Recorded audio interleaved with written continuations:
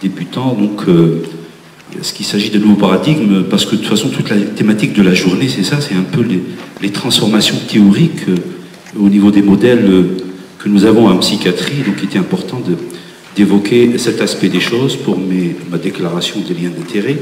Alors, de manière générale, en médecine, on assiste à une évolution extrêmement importante, puisque il y a là évidemment un changement important de paradigme, puisque nous passons d'une médecine curative à pratiquement une médecine prédictive, puisque maintenant on arrive, grâce à la mise en évidence d'un certain nombre de biomarqueurs, de profils génétiques particuliers, à déterminer avec une très grande spécificité les risques de maladie, les prédire et donc les traiter très largement en amont de leur apparition. Et donc tout le défi justement du siècle dans lequel nous sommes, c'est d'avoir des biomarqueurs de plus en plus spécifiques pour justement une médecine personnalisée, et c'est loin d'être de la science-fiction, c'est déjà une réalité, notamment par exemple pour le cancer du sein, où on peut, grâce à certains biomarqueurs, déterminer le risque de récidive à 1 an, à 5 ans, etc. Et donc dans cette évolution générale de la médecine, quelle est la place de la psychiatrie? Est-ce que la psychiatrie suit le rythme, elle suit l'évolution? Est-ce qu'il y a l'application de ces nouveaux paradigmes? C'est ce qu'on va voir. Alors très rapidement, Sophie Monnier l'a évoqué sur l'importance du poids économique de la morbimortalité des affections psychiatriques. Donc vous savez que dans les années 90, il y a des mesures qui ont été mises en place par la collaboration de l'OMS, l'Université d'Harvard, la Banque mondiale, etc. Et on met en place des espèces de coefficients de mesure qui permettent donc d'évaluer le poids d'une maladie, de pouvoir comparer ainsi comme ça toutes les maladies. Et donc une des mesures, c'est ce qu'on appelle le daily, ou en français la VCI, les années de vie calculées sur l'incapacité. Qu'est-ce que ça veut dire? Ça veut dire tout simplement qu'on calcule le nombre d'années perdues, soit par décès prématuré, soit parce que c'est lié à une incapacité ou une invalidité. Et vous voyez qu'une AVCI correspond à peu près à 1 année de vie perdue, encore une fois, soit par décès prématuré, soit par incapacité. Et vous voyez le poids déjà en 2010, l'évaluation un peu de la charge et du fardeau que représentent les affections psychiatriques, jusqu'à plus de 183 millions d'AVCI, donc c'est énorme, et quand on sait également que ce chiffre ne cesse d'évoluer et qui va vers une augmentation. Alors là, vous avez différentes affections psychiatriques, et sur la dépression est celle qui constitue la charge la plus importante, mais aussi parce que c'est l'affection psychiatrique la plus fréquente, puisque la prévalence se situe autour de 10%. Mais quand vous prenez la schizophrénie, qui ne représente que 1% de prévalence au sein de la population générale, vous voyez également que, en rapport, si vous voulez, c'est relativement important. Alors, le deuxième aspect, je crois que Cédric Lemogne reviendra dessus tout à l'heure avec beaucoup plus de détails sur la mortalité. Elle est 2 à 3 fois supérieure, en tout cas pour la schizophrénie, par rapport à la population générale. Alors on voit l'espérance ou l'âge moyen de décès augmenter en population générale, alors qu'on le voit baisser dans la schizophrénie, ce qui a fait dire au professeur Soubélé, qui était président de l'association britannique des psychiatres, le fait que les personnes atteintes d'une maladie mentale grave meurent 20 ans plus tôt que le reste de la population, la majorité de causes évitables, maladies cardiovasculaires, etc., c'est l'un des plus grands scandales de santé de notre temps, mais on en parle très rarement. Donc il y a un véritable problème, et justement un des changements de paradigme qu'on peut d'emblée envisager, c'est de dire, pour prévenir cet excès d'incapacité, d'invalidité et de mortalité, est-ce qu'il ne faudrait pas prendre les choses dès leur début le plus précocement possible? Alors on va, pour un peu étayer ce problème de la précocité de l'intervention, on va prendre l'exemple justement des troubles psychotiques, notamment de la schizophrénie. Voilà la vision que nous avons depuis les années 90 de la schizophrénie, c'est-à-dire il y aurait une phase qui serait prodromique, ensuite vont apparaître ce qu'on pourrait appeler les véritables symptômes psychotiques, c'est-à-dire le délire, les hallucinations, et puis une évolution vers plus ou moins des rechutes, des phases résiduelles. Et cette vision linéaire est complètement fausse, elle ne représente pas la réalité, puisque quand on voit les choses et dans une perspective purement neurodéveloppementale, on voit d'abord d'une part que les troubles sont bien plus précoces que ça, c'est-à-dire ils interviennent, en tout cas les phénomènes physiopathologiques interviennent bien avant, bien antérieurement à la phase dite prodromique, et surtout que les facteurs de risque sont extrêmement nombreux. Leur impact va varier en fonction du moment où ils interviennent. Là, vous avez par exemple les premières semaines de développement et vous avez qu'un certain nombre de facteurs comme la malnutrition, la carence en vitamine D, les infections virales. Enfin bon, je ne vais pas vous citer tous les facteurs de risque, la défaite sociale, l'adversité sociale précoce, etc. Et là, vous avez les années de 12 ans, etc. Et par exemple, si on prend l'exemple du cannabis, son impact, il est surtout à cet âge-là, à partir de 12 ans, la précocité de la consommation est relativement importante. Et donc là, vous avez les phases neurodéveloppementales, et là, à ce moment-là, à partir de l'âge de 12 ans ou un peu plus tôt, vont apparaître les premières phases de cognition sociale. Donc vous voyez que, en réalité, les choses sont beaucoup plus complexes, elles ne sont pas si linéaires que ça, et il faut aussi comprendre que l'ensemble des facteurs de risque interagissent entre eux, ce qui remet en question justement cet aspect linéaire des choses. Alors que veut dire intervention précoce? Alors ça peut effectivement prêter à confusion. Pourquoi? Parce que d'abord, d'une part, on n'a pas d'éléments spécifiques étiopathogéniques pour pouvoir dépister le plus précocement possible les troubles psychotiques. Il n'y a pas de facteurs de risque. Il y en a à peu près, on peut lister à peu près une trentaine qui, en dehors des facteurs génétiques, sont tous pratiquement d'ordre environnemental. Donc il n'y a pas de spécificité. Et les mêmes facteurs de risque peuvent donner des troubles absolument différents, schizophrénie, troubles bipolaires, déficit de l'attention, etc.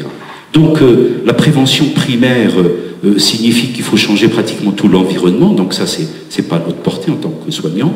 Et donc l'intervention précoce en réalité en psychiatrie signifie surtout prévention secondaire précoce, c'est-à-dire agir sur l'évolution, la précocité du diagnostic, les interventions précoces pour réduire au maximum les effets délétères de la maladie et améliorer le pronostic. Alors j'ai repris ce modèle qui est le modèle du groupement normand d'études des addictions suisse, mais qui est appliqué aux addictions, mais qu'on peut appliquer pratiquement à l'ensemble de la psychiatrie de manière tout à fait pyramidale. Vous allez avoir différents niveaux d'intervention précoce. Vous avez un niveau qui serait collectif, général, c'est effectivement la promotion d'un environnement favorable, où on peut éliminer tous les facteurs environnementaux délétères, stressants, etc. Vous avez une deuxième phase qui est aussi bien de niveau collectif, mais également individuel, qui est la phase du repérage, donc repérer très tôt, ensuite évaluer ceux qui sont vraiment à risque pour leur proposer une prise en charge. Et c'est exactement comme ça qu'il faut voir les choses, c'est-à-dire à quel moment on pourrait intervenir. Alors il y a deux manières de voir les choses quand on s'intéresse à la schizophrénie.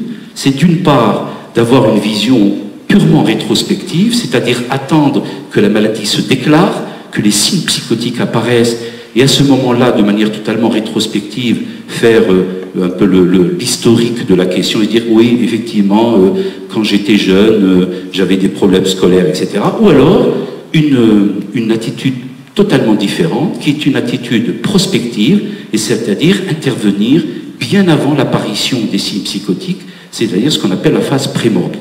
Et avant même ce qu'on pourrait appeler, on va en dire quelques mots, les ultra-hauts risques ou les états mentaux à risque. Alors pourquoi justement il faut intervenir précocement dans les troubles psychotiques? Parce que, pour une raison toute simple, c'est que nos interventions malheureusement arrivent trop tard. Alors quand je dis trop tard, bien sûr, c'est pas complètement compromis, mais c'est-à-dire que si on veut avoir vraiment des évolutions favorables, agir de manière significative sur le pronostic, il faut intervenir beaucoup plus tôt. Et on sait très bien qu'il y a une durée de la maladie, qu'on appelle la durée de psychose non traitée, que le pronostic est corrélé directement à la durée de cette période.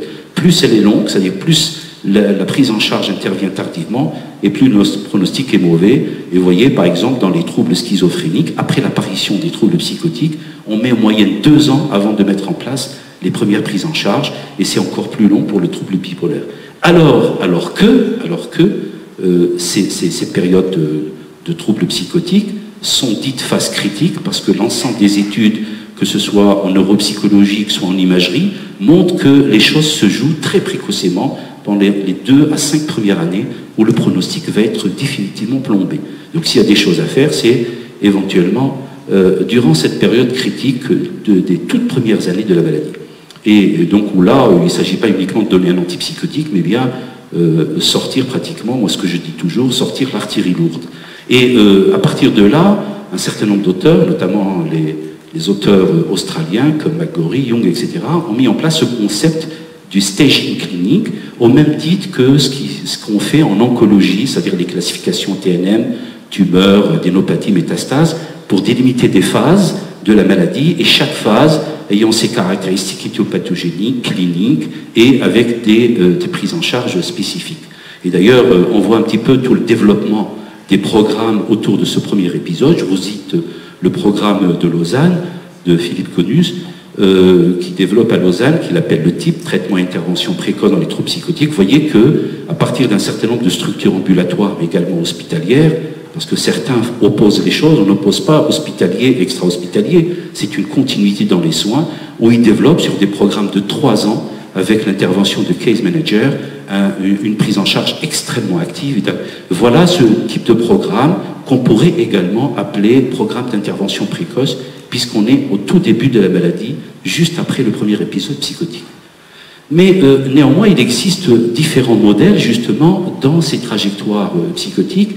Vous avez 2 grandes écoles qui s'opposent. Vous avez l'école germanique qui, elle, évoque la possibilité de détection très précocement, dès la préadolescence ou tout début d'adolescence, par la détection d'un certain nombre de signes qui peuvent alerter et prédire une évolution psychotique.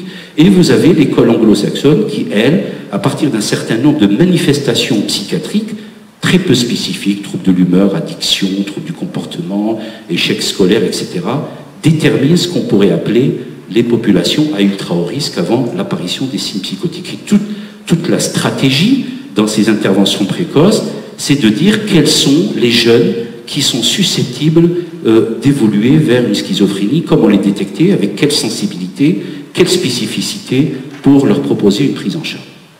Mais quand on reprend l'histoire de la maladie et tout ce qui nous vient de la recherche depuis plus de 20 ans, on se rend compte qu'en fait, la phase prodromique n'est pas le début de la maladie. Et qu'en fait, la maladie commence bien plus antérieurement à la phase prodromique et que justement, la cible principale thérapeutique ne devrait pas être le premier épisode psychotique ou cette phase dite critique, mais qu'il faut agir bien plus précocement encore. Le modèle du staging, par exemple, distingue plusieurs phases. Il distingue une phase à très haut risque, dont on a parlé, il distingue la phase du premier épisode, et ensuite les épisodes ultérieurs qui vont vers rémission, rechute, phase résiduelle, etc. Et donc la question qu'on peut se poser actuellement, parce que ça c'est déjà un travail qui se fait depuis plus de 20 ans dans différents pays, dans l'intervention au sein des populations à trop risque, la question qu'on peut se poser actuellement, compte tenu de l'évolution générale des choses, c'est de dire, est-ce qu'on ne peut pas intervenir encore plus précocement que durant la période à ultra haut risque? Et pourquoi justement? Parce que tout simplement, pour éviter tout le déficit fonctionnel, et c'est d'ailleurs le problème se pose à ce niveau surtout, c'est comment on peut agir beaucoup plus tôt, et de plus en plus d'auteurs maintenant disent qu'il faut en fait intervenir très précocement, dès l'enfance, en tout cas au tout début de la préadolescence ou de l'adolescence, voire même avant et même en période périnatale. Donc vous voyez que les choses changent complètement et on est là vraiment dans une démarche véritablement prédictive. Mais bien sûr, tout le problème vient de la détection et la spécificité de cette détection. Et pourquoi ces attitudes, pourquoi ces positions? Elles partent tout simplement différentes études longitudinales qui ont été menées, des études prospectives. On a suivi des cohortes de jeunes et on voit par exemple que les enfants qui ont un QI significativement plus bas quand ils ont 4 à 5 ans par rapport aux enfants contrôle, on sont plus à risque de développer une schizophrénie. Que les déficits cognitifs qu'on observe dans la petite enfance vont également évoluer, progresser, s'aggraver jusqu'à pratiquement avoir un déficit installé vers l'âge de 12 ans et que les performances scolaires vont s'en trouver pénalisées. Alors, quelles sont les stratégies justement qu'on peut mettre en place si on décide d'intervenir encore plus tôt que la période à ultra risque, c'est-à-dire dès l'enfance et la préadolescence. Alors il y a 3 stratégies sensiblement différentes. La première serait d'optimiser la maturation cérébrale, puisqu'on sait que la schizophrénie est liée justement à une dysmaturation cérébrale. On peut aussi agir sur l'amélioration de la résilience, les capacités d'adaptation, ce dont parlait un petit peu Alain Dervaux par rapport justement aux addictions de trop de personnalité, mais on retrouve exactement les mêmes choses. Et puis comment on peut réduire l'effet délétère de l'environnement sur ces enfants extrêmement vulnérables et fragiles. Alors sur le plan de la maturation cérébrale, il y a des pistes pharmacologiques. Alors bien sûr, on est vraiment dans le cadre de la recherche, ce n'est pas encore des pratiques courantes, mais il y a des pistes.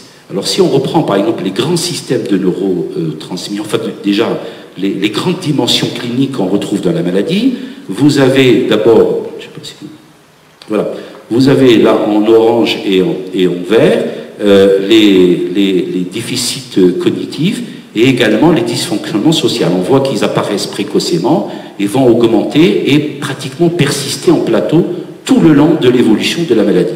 Vous avez ce qui est en bleu, là, c'est les signes psychotiques, donc ils vont apparaître. Premier épisode, phase prodromique, premier épisode psychotique où ils atteignent leur maximum, pour ensuite régresser et évoluer en fonction des phases de rémission et de rechute. Et puis vous avez les signes négatifs qui vont également évoluer de manière progressive et puis s'installer sur le long cours. Donc vous voyez que, en fait, ce qui pose problème, ce n'est pas tant les signes psychotiques, puisque d'abord ils arrivent relativement tardivement dans l'évolution de la maladie, et puis on arrive à les faire régresser avec l'arsenal thérapeutique dont nous disposons. Et ce qui pose problème, c'est surtout ces dimensions cognitives, de fonctionnement social et la dimension négative de la maladie. Alors si on les applique et on essaie de trouver un parallélisme par rapport au grand système de neurotransmission, on voit bien par exemple que les fonctions cognitives et les fonctions de dysfonction sont liées au système NMDA, glutamatergique, mais également au système GABAergique, que les signes psychotiques sont liés au système dopaminergique, que tout ce qui est déficit cognitif également lié à ce qu'on appelle le stress oxydatif, et une partie également au stress dans l'axe. Donc vous voyez qu'il y a probablement, alors c'est peut-être simpliste comme schéma, mais il y a probablement une espèce de parallélisme entre les différentes dimensions cliniques et les grands systèmes de neurotransmission. Cela veut dire que peut-être on pourrait éventuellement faire évoluer la recherche pour disposer d'agents pharmacologiques qui peuvent agir sur ces grands systèmes de neurotransmission, notamment glutamatergique et GABAergique. Chez les enfants, on sait que le GABA est plus excitateur qu'inhibiteur, par exemple, mais également sur un certain nombre de neurotransmetteurs, tels que par exemple le glutathion, qui a un rôle dans la myélinisation de la maturation cérébrale, les oméga-3, mais également les probiotiques. Tout à l'heure, Patrick Martin en parlera beaucoup plus longuement. Donc vous voyez qu'il y a des pistes à ce niveau, mais ça reste encore de la recherche. Sur le plan, je dirais, des habilités sociales, de tout ce qui est remédiation cognitive, parce que souvent ces enfants qui ont un QI inférieur par rapport à ceux de leur père ont des difficultés d'adaptation et sont souvent l'objet de harcèlement, de moqueries, etc., sont isolés, rejetés. Et donc l'idée, c'est de les dépister très précocement pour justement leur proposer un entraînement aux habilités sociales pour qu'ils puissent, dans le cadre de programmes de coaching individuel, pour pouvoir justement augmenter leur capacité de réponse à ces situations d'exclusion et de rejet et de moquerie, et le plus précocement possible, en gros, renforcer leur capacité de réponse et d'adaptation. Il faut également améliorer leur capacité de résilience par justement de la remédiation cognitive, mais pas quand ils font leur premier épisode psychotique, parce que là, je dirais, les choses sont déjà définitivement installées, mais c'est quand ils sont extrêmement jeunes qu'il faut lutter et améliorer leur capacité neuropsychologique et donc faire de la remédiation cognitive dès l'enfance, et c'est à ce moment-là peut-être qu'on pourrait avoir la plus grande efficacité. L'exercice physique, et on sait très bien maintenant que les programmes d'exercice au niveau de la schizophrénie ont un impact extrêmement important, mais on pourrait aussi les faire pratiquer par ces jeunes enfants qui ont de grandes difficultés à ce niveau-là, et donc ça pourrait favoriser aussi bien leur santé physique, on parlait de prévention des maladies somatiques, mais également tout ce qui est cognitif et état de bien-être. Alors vous allez me dire, oui mais d'accord, c'est bien beau tous ces programmes, mais à qui on va les appliquer? Comment on va repérer ces gamins qui seraient potentiellement susceptibles d'évoluer vers un trouble psychotique? Alors il y a des pistes. Les premières pistes, c'est d'abord les enfants qui ont un ascendant schizophrène. Et on sait très bien que c'est une maladie qui est fortement héritable, de l'ordre de 70%, la schizophrénie, et que le fait d'avoir un ascendant schizophrène augmente par 10 le risque de développer vous-même une schizophrénie. À ce moment-là, ça peut être aussi un moyen justement de repérer ces jeunes et de pouvoir faire des bilans précocement sur le plan neuropsychologique, cognitif, pour voir quelles sont exactement leurs difficultés pour pouvoir intervenir. L'autre piste, chez les jeunes qui ont des symptômes psychotiques transitoires. On sait d'abord que 15% des enfants peuvent présenter des phénomènes de ce type, mais que justement, chez un tiers d'entre eux, on va voir persister ces manifestations psychotiques transitoires, que ce soit hallucinations ou des petites idées délirantes, et que cette persistance va augmenter par 5 jusqu'à 16 de développer un trouble du spectre psychotique schizophrénique. Là aussi, il est important de pouvoir repérer très précocement ces jeunes pour pouvoir leur proposer ces programmes de prise en charge. Troisième piste, et je vais terminer avec ça, c'est l'histoire du cannabis. Et c'est extrêmement important parce qu'on sait très bien que cannabis et schizophrénie sont intimement liés, mais que le cannabis intervient très précocement dans la vie de nos malades, bien avant l'apparition des signes psychotiques, puisque dans cette méta-analyse relativement récente, puisqu'elle date de 2007, on voit que plus de 50% des jeunes à ultra haut risque de faire une transition psychotique ont consommé sur la vie du cannabis. Donc il y a une fréquence extrêmement importante, et sur le plan préventif, c'est extrêmement intéressant, parce que si on peut agir très précocement sur la consommation de cannabis, on pourrait prévenir jusqu'à 8 et même le 24% de troubles psychotiques pourraient être ainsi évités. Alors, mais tous les jeunes qui fument du cannabis ne vont pas devenir schizophrènes, bien entendu. On sait très bien que maintenant, le risque des schizophrénies est lié à 2 ou 3 éléments essentiels. D'abord, l'importance de la consommation. Fumer un joint et fumer 20 joints, c'est pas la même chose. Il y a aussi la qualité même du cannabis, sa concentration en THC. Il y a aussi la précocité de la consommation. On a vu que le cannabis intervenait dans les processus neurodéveloppementaux très, très tôt, dès l'âge de 11-12 ans. Mais on sait aussi qu'il y a probablement une vulnérabilité génétique, et certains polymorphismes ont déjà été mis en évidence, notamment le polymorphisme Valmet du gène COM, mais également un polymorphisme du gène AKT1 qui intervient dans tout ce qui est survie cellulaire. Et puis, là on a un petit peu parlé aussi dans les facteurs de risque, tout ce qui est traumatisme de l'enfance. Et donc on voit bien que, par exemple, fumer du cannabis à des moments critiques du développement peut avoir un impact important sur la morphologie et le développement cérébral, et en raison de l'importance de la consommation, de la vulnérabilité génétique et de la précocité de la consommation, on peut avoir un risque d'évolution psychotique. Voilà une étude particulièrement intéressante, et alors elle ne s'est pas intéressée à des ultra hauts risques. Ils ont pris 3 cohortes différentes de ce qu'on appelle des jeunes avec un risque polygénique important. Alors, c'est quoi un risque polygénique? C'est tout simplement un score qu'on calcule en fonction de l'importance du profil ou du polymorphisme génétique que vous pouvez présenter par rapport à un risque de maladie.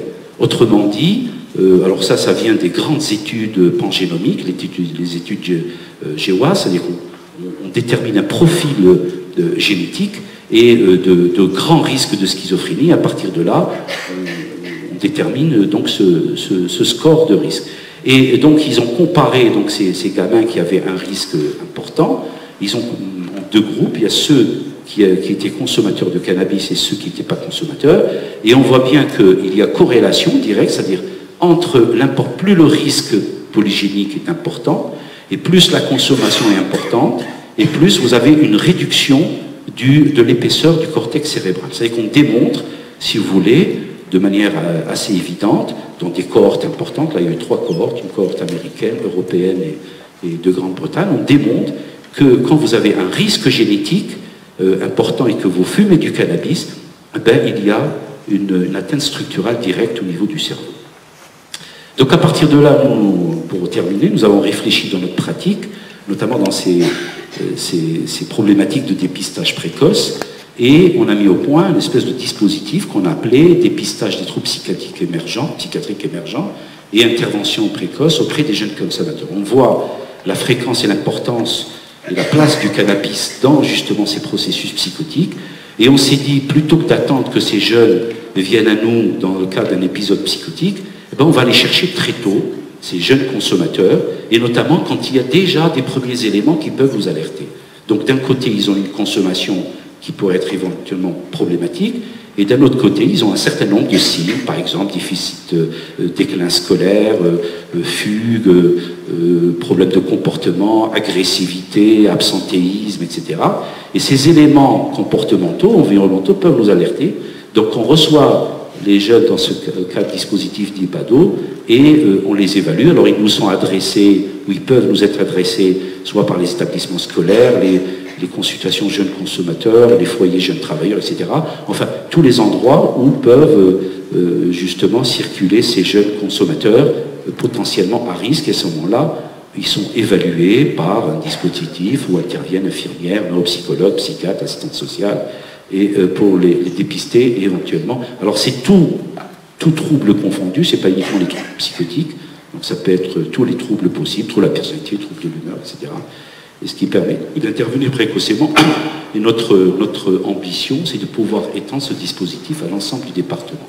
Voilà, donc pour conclure, maintenant on sait plein de choses grâce à la recherche neuroscientifique sur la schizophrénie, et que beaucoup de programmes, notamment les programmes australiens, surtout australiens mais également américains, et dont beaucoup d'autres pays se sont intéressés à ces stades disons, prodromiques, mais qu'en réalité, ou même prémorbides, mais qu'en réalité, c'est à tort qu'on considère que ces phases sont le début de la maladie, puisque la maladie, on l'a vu, dès 4 ans, 5 ans, on voit déjà des éléments cognitifs qui peuvent alerter. Et donc, si on veut réellement mettre en place des interventions précoces, eh ben, il faut aller très tôt dans la vie de ces malades.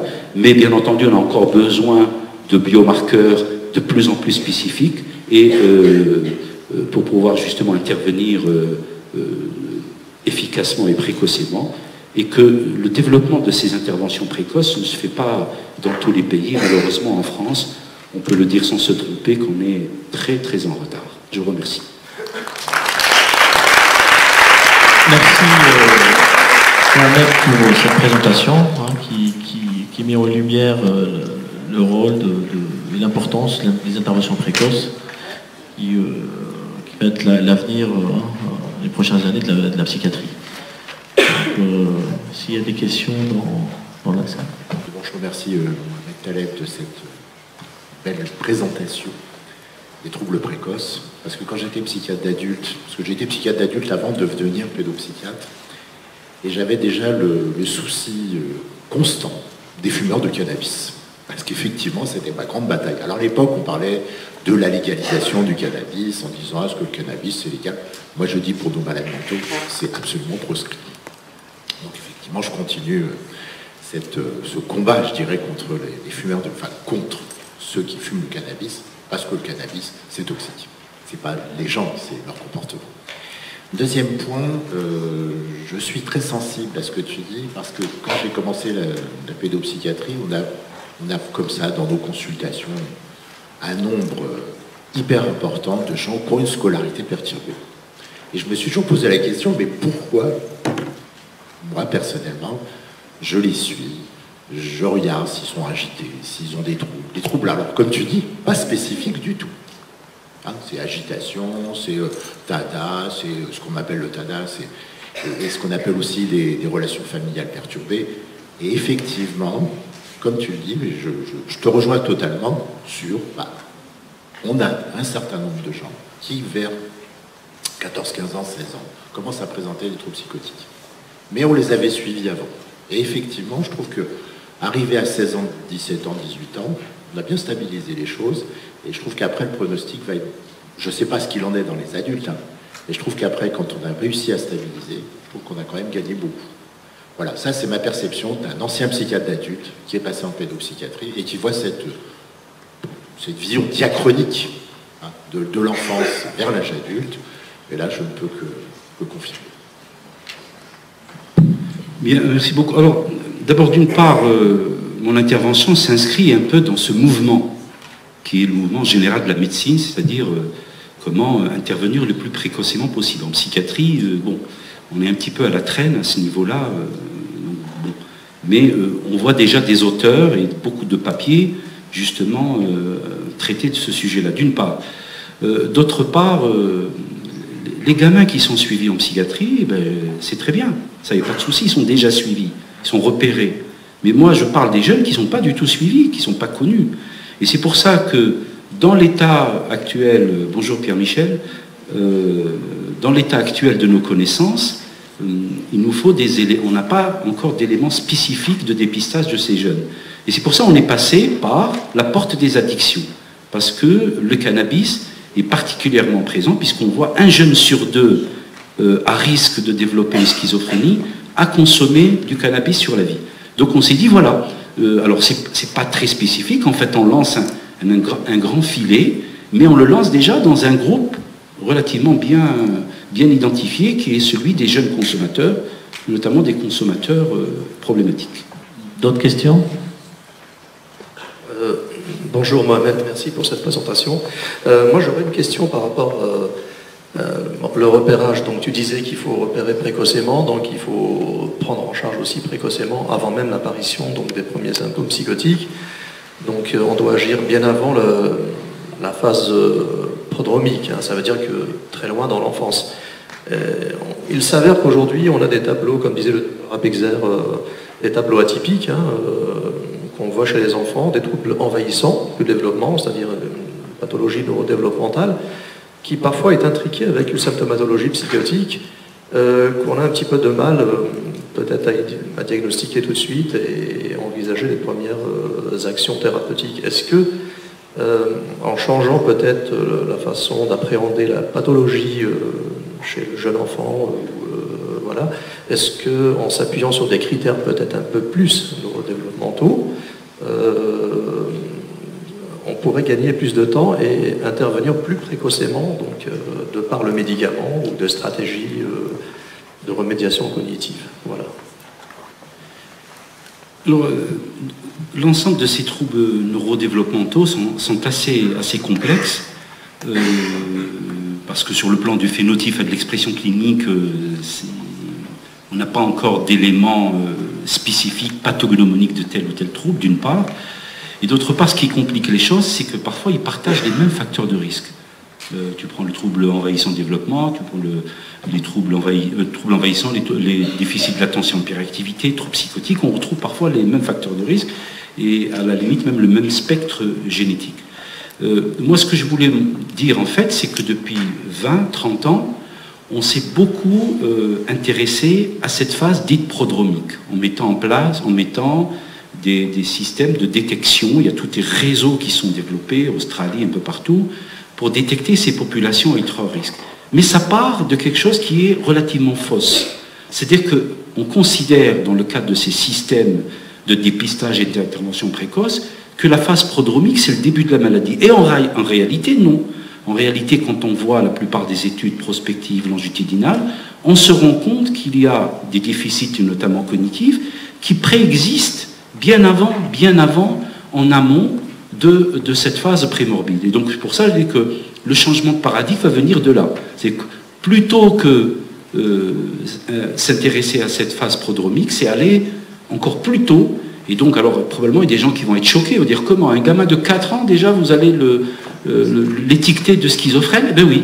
Oui, maintenant, si on arrive à développer des biomarqueurs extrêmement spécifiques, on connaît bien le trouble maintenant, dans ses expressions cliniques, on connaît les vulnérabilités génétiques, on a déjà un certain nombre de marqueurs, même s'ils ne sont pas spécifiques, mais il est probable que la recherche d'ici quelques années pourra nous donner des éléments beaucoup plus précis de détection et qu'il y aura des programmes de prise en charge dès l'enfance, 4 ans, 5 ans, 6 ans. Alors ce ne sera pas forcément des médicaments, on l'a vu, il y a de la remédiation punitive, il y a de l'entraînement aux habilités sociales, il y a la protection sur le plan environnemental pour éviter les facteurs de stress, etc. Donc c'est des choses assez ambitieuses, mais je crois que l'avenir, il est là. Plutôt que d'attendre le premier épisode où déjà les choses les choses sont déjà bien compromises.